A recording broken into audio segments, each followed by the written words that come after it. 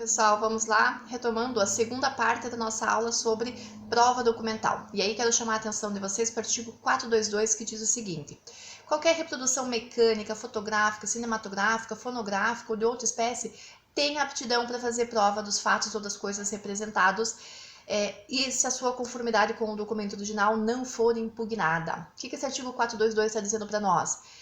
O que pode ser prova documental no processo? É isso que esse artigo está dizendo. Então, cópia fotográfica, reprográfica, né? O famoso xerox, né? A gente costuma falar xerox, a cópia que eu faço na máquina copiadora, uma reprodução de vídeo, uma reprodução de áudio, de um filme.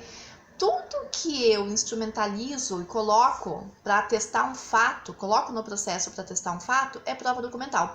Então, primeira coisa que tem que ficar claro aqui, não é só papel que é prova documental, tá? Isso é importante. Então, eu tenho um áudio gravado. Áudio é prova documental? Sim, é prova documental. Não é prova pericial, não é prova testemunhal, né? Claro, se o vídeo for produzido dentro, na circunstância da produção de uma prova pericial, ele pode ser reputado prova pericial. Mas o vídeo que eu, parte, levo para o processo é uma prova documental. É um documento apto a fazer prova dos fatos que eu estou alegando, tá? Então, cuidado, prova documental não é só papel.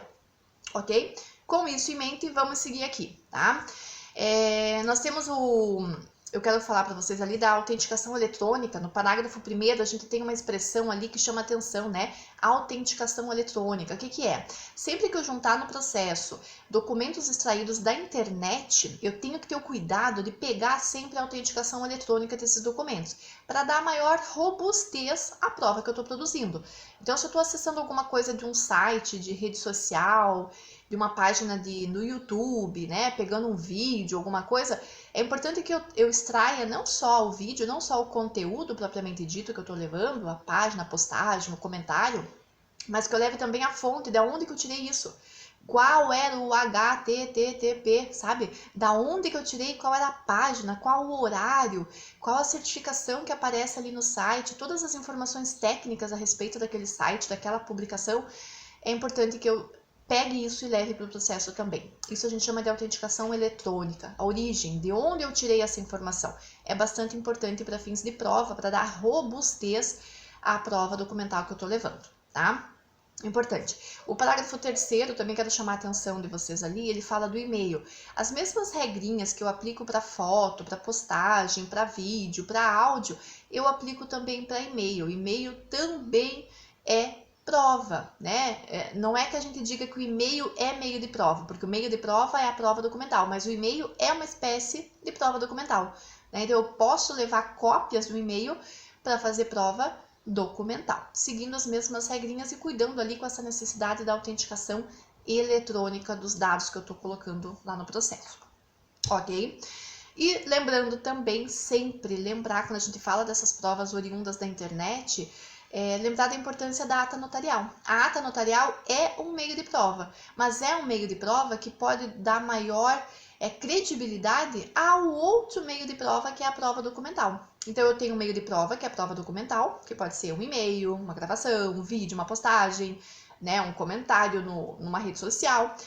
Essa prova documental, consubstanciada nesses elementos, pode ser ainda mais reforçada, ter mais credibilidade, maior robustez, se eu revesti-la de outro meio de prova, que é a ata notarial. Então, eu vou dar maior credibilidade à minha prova fazendo uma ata lá no cartório. O tabelião vai atestar a veracidade desses dados para mim.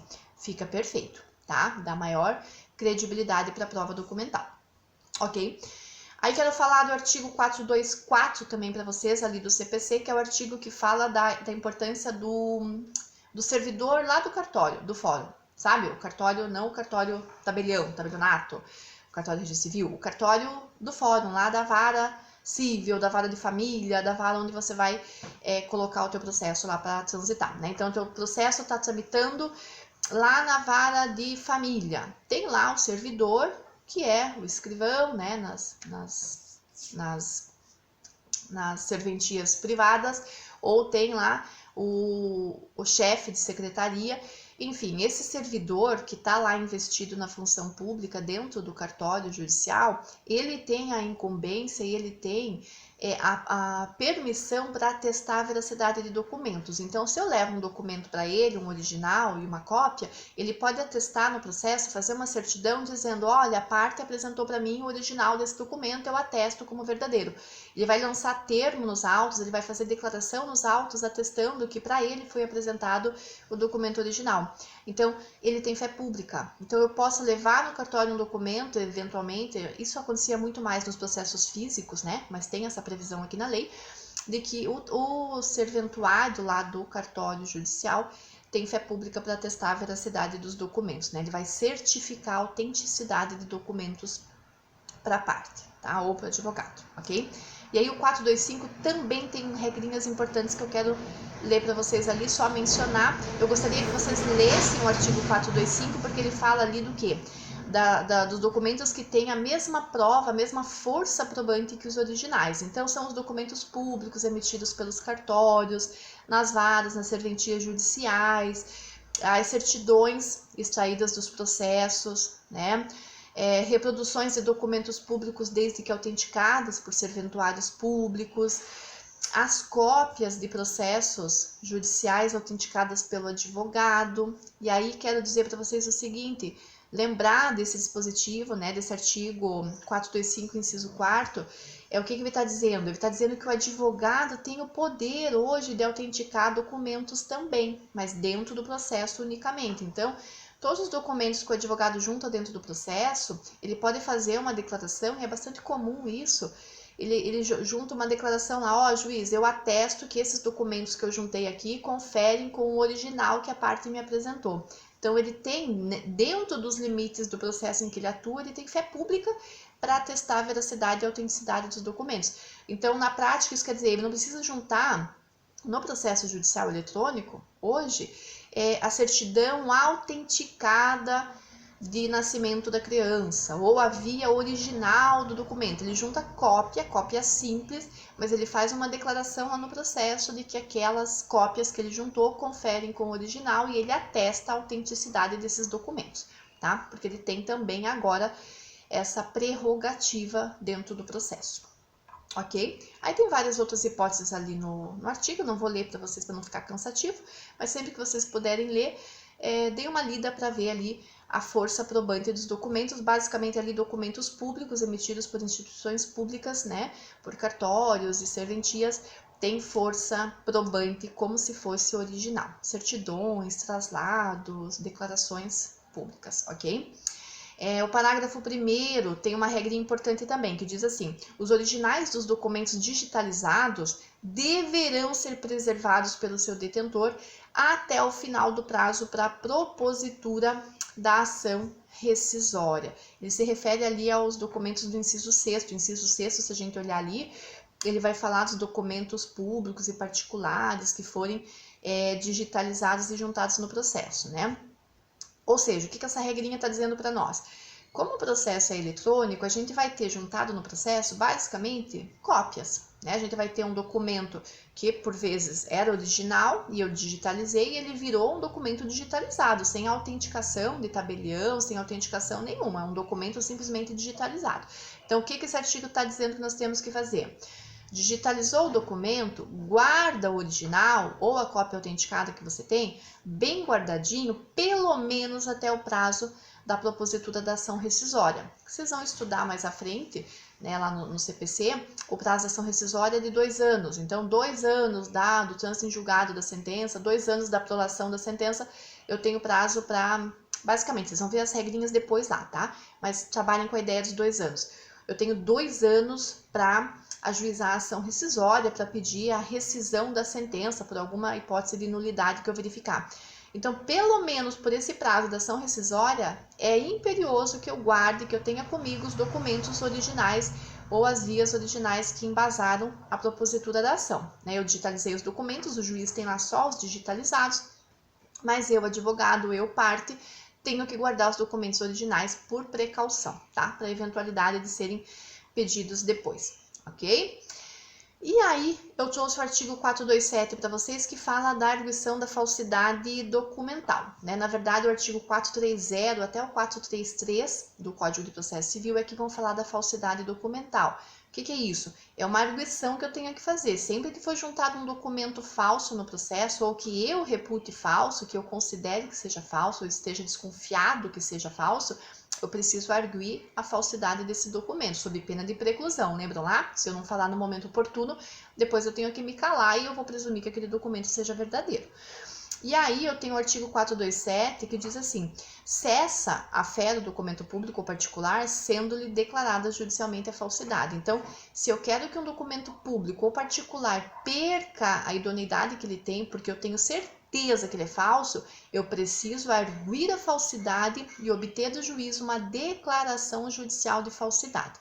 Quando eu tenho a declaração judicial de falsidade, cessa a fé daquele documento público ou do documento particular. Cessa a fé, quer dizer, cessa a presunção de que ele seja legítimo, porque o juiz já disse que ele é falso, tá? Então eu preciso de uma declaração judicial de falsidade e eu tenho então por isso que provocar essa declaração judicial, ok? E aí o parágrafo único está dizendo ali em que consiste a falsidade, né? O que pode ser reputado como falsidade documental? Primeiro, formar um documento que não seja verdadeiro, alterar um documento verdadeiro, né? Ou seja, quando eu mexo num documento que era assim, agora eu deixei de outro jeito, eu mudei valor, eu mudei nome, eu mudei condições, eu mudei alguma cláusula, ele já não é verdadeiro.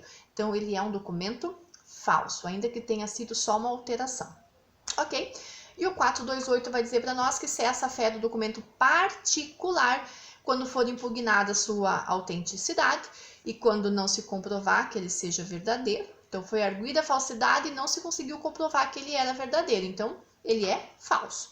Quando for assinado em branco e for impugnado o preenchimento. Então, documentos que foram assinados em branco e depois eu impugno o que foi preenchido depois, porque não era aquilo, ou porque foi abusivo o preenchimento, eu também tenho ali a reputação de inidoneidade e de que aquele documento é falso, então cessa a sua fé, a sua presunção de idoneidade. E por fim, só lembrando que o ônus da prova acerca da autenticidade do documento sempre incumbe para quem? Para a parte que arguir, quando eu estou dizendo que o documento é falso ou que o preenchimento foi abusivo, naquelas hipóteses acima, e para a parte que produziu o documento quando se estiver impugnando a autenticidade do documento. Então, quem tem que provar a falsidade? Quem produziu o documento tem que rebater esses argumentos e dizer que não é falso, né? O ônus da prova de provar que não é falso é daquele que produziu o documento, se for atacada a sua idoneidade, ou daquele que está arguindo a falsidade em relação ao documento que foi preenchido supostamente de forma abusiva, né? Preencheu em branco, ele foi lá e depois preencheu coisas que não estavam lá e que não era aquilo que a gente combinou. Então, aquele que está arguindo a falsidade desse preenchimento é quem tem que provar.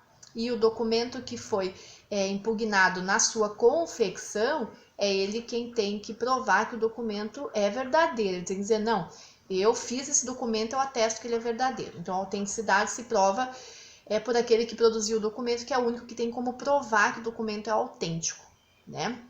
Ok? Paramos por aqui então. Muito obrigada. Seguimos com os outros meios de prova.